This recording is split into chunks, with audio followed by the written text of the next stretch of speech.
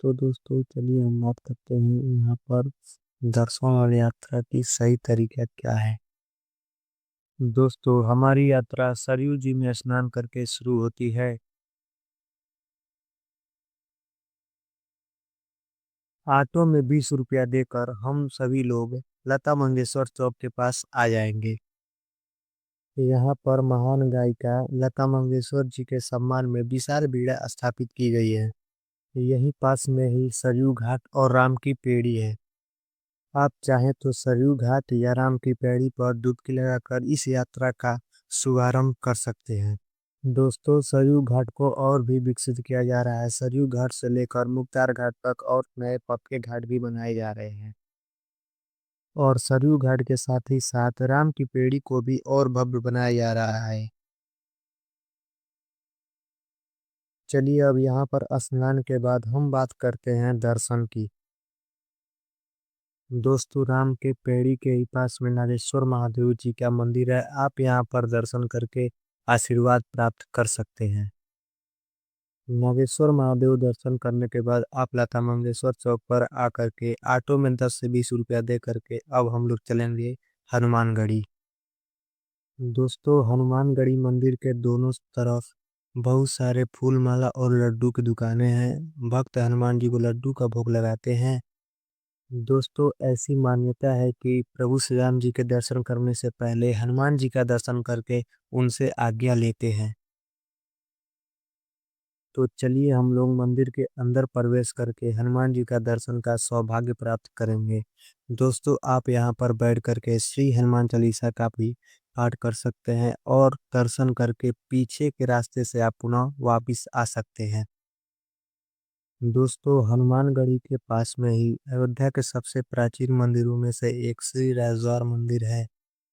दोस्तों आप यहाँ पर आकर के पूरे राम दरबार के ही दर्शन करने का सौभाग्य प्राप्त कर सकते हैं। बहुत ही अद्भुत शैली में भव्य मंदिर बना हुआ है। दोस्तों अब यहाँ पर दर्शन करने के बाद हम लोग चलेंगे श्री राम जन्मभूमि। दोस्तों हनुमानगढ़ी से होते हुए यह रास्ता दशरथ महल अमावा राम मंदिर की तरफ जाता है। हनुमानगढ़ी से राम मंदिर के बीच में बहुत से मंदिर हैं। आप पहले ही इन मंदिरों के दर्शन कर लीजिए, वरना वापसी में ज्यादा लंबे रास्ते को घूमकर आपको यहाँ पर आना पड़ेगा। तो चलिए सबसे पहले हम लोग चलेंगे दशरथ महल। दोस्तों दशरथ महल बहुत ही प्राचीन भवन है। ऐसा माना जाता है दशरथ जी यहाँ पर ही रहा करते थे। दोस्तों दशरथ महल के अंदर ही पूरा राम दरबार विराजमान है। आप यहाँ पर दर्शन करके सौभाग्य प्राप्त कर सकते हैं। साथ ही साथ यह प्यारा सा भवन रंग बिरंगे रंगों से रंगा हुआ है, जिसके नज़ारे बहुत ही शानदार लगते हैं। चलिए अब यहाँ पर दर्शन करने के बाद हम लोग चलेंगे कनक भवन, जो यहाँ से कुछ ही दूरी पर स्थित है। दोस्तों कनक भवन अपने नाम के ही हिसाब से लगता है। कनक का अर्थ होता है सोना और यह भवन पीले रंग से ही बना हुआ है। कनक भवन के अंदर के भी नज़ारे बहुत शानदार लगते हैं। दोस्तों यह महल माता सीता को कैकेयी जी ने मुंह दिखाई के रूप में दिया था। इसे भगवान राम और माता सीता का निजी महल माना जाता है। आप यहाँ पर प्रभु श्री राम माता सीता सहित पूरे राम परिवार के दर्शन कर सकते हैं। दोस्तों कनक भवन के बाहर श्री कनकेश्वर महादेव जी का मंदिर है। आप यहाँ पर महादेव जी के दर्शन करके आशीर्वाद प्राप्त कर सकते हैं। दोस्तों यहाँ पर दर्शन करने के बाद हम सभी आ चुके हैं अमावा राम मंदिर के पास। दोस्तों यह मंदिर अयोध्या के प्रमुख मंदिरों में से ये एक है। साथ में यहाँ पर भक्तों को निःशुल्क में भोजन भी कराया जाता है। यहाँ पर अपना आधार कार्ड अपने पास में ही रखें। यहाँ का प्रसाद बहुत ही स्वादिष्ट होता है और मैक्सिमम लोग यहाँ पर आकर भोजन अवश्य करते हैं। दोस्तों यहाँ से आगे बढ़ते ही सामने ही आप सभी को स्कैनिंग और लॉकर एरिया देखने को मिल जाएंगी। दोस्तों आपके साथ अगर कोई बुजुर्ग है या किसी को चलने में परेशानी है तो आप यहाँ पर व्हील चेयर भी ले सकते हैं। उसके लिए आप राम मंदिर के गेट नंबर 1 पर यानी सिंह द्वार पर आ सकते हैं। व्हील चेयर तो फ्री रहता है, साथ में ही ले जाने वाले को मात्र आपको 150 रुपये देने होता है।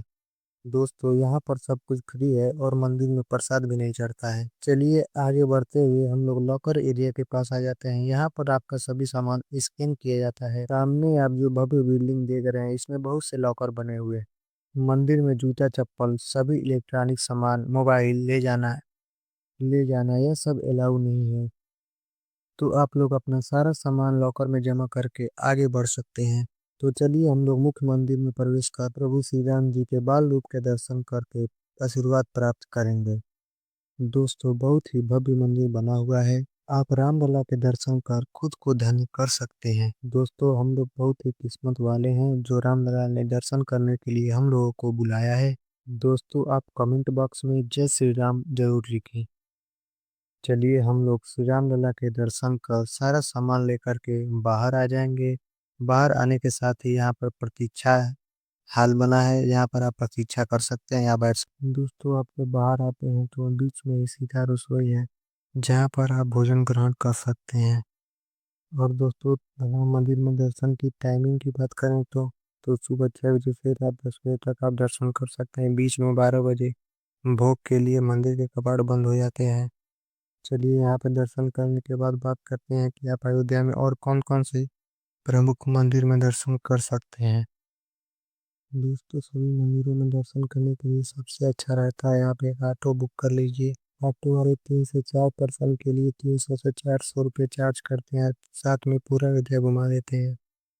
दोस्तों तो हम सब चलेंगे श्री राम दरबार मंदिर। दोस्तों ये अयोध्या के सभी प्राचीन मंदिरों में से एक है, साथ ही साथ प्राचीन शैली में बना हुआ है। आप यहाँ पर प्रभु श्री राम माता सीता सहित पूरे राम परिवार के दर्शन का सौभाग्य प्राप्त कर सकते हैं। यहाँ से मात्र 50 मीटर की दूरी पर ही बड़ा हनुमान मंदिर बना हुआ है। दोस्तों इस मंदिर के प्रवेश द्वार पर ही हनुमान जी की विशाल प्रतिमा स्थापित है। साथ ही साथ मंदिर में बहुत सी झांकियां भी बनी हुई है।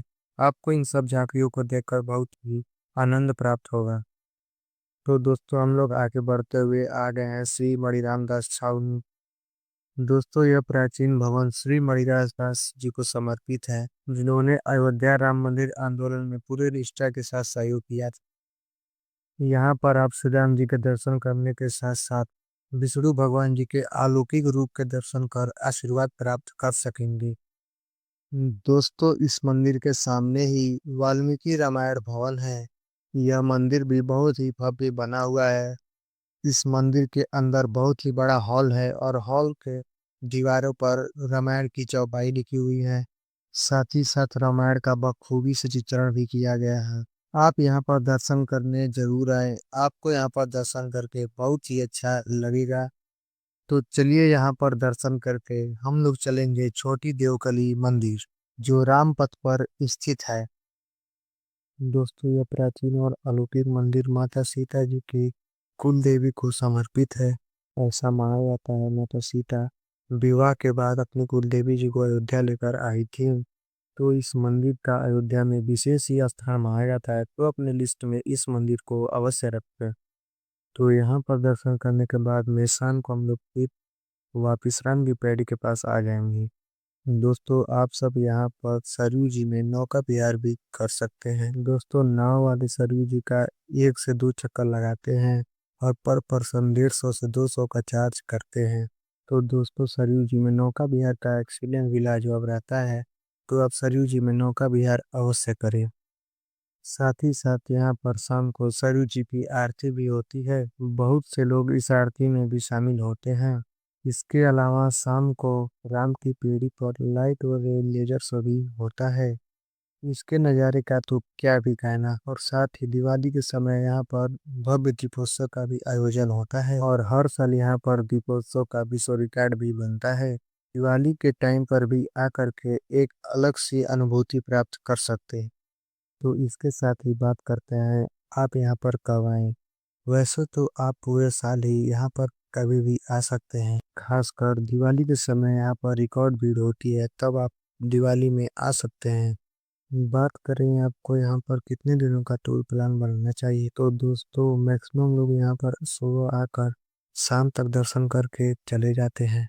लेकिन मैं आपको एडवाइस करूंगा कि अगर आप अयोध्या को पूरी अच्छी तरह से घूमना चाहते हैं तो 2 डे 1 नाइट का प्लान जरूर बनाएं। तो चलिए अब हम लोग बात करते हैं सबसे जरूरी क्वेश्चन, बजट की।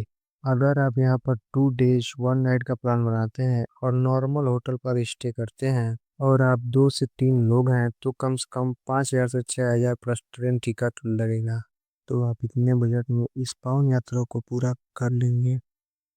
तो दोस्तों मैंने यहाँ पर अयोध्या दर्शन से जुड़ी हर एक छोटी बड़ी जानकारी देने की बहुत ही कोशिश की है, और फिर भी आपका अगर कोई क्वेश्चन रह जाते हैं तो कमेंट के माध्यम से अवश्य पूछें।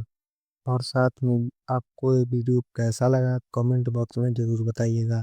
और दोस्तों मिलते हैं अगले वीडियो में। जय जय श्री राम।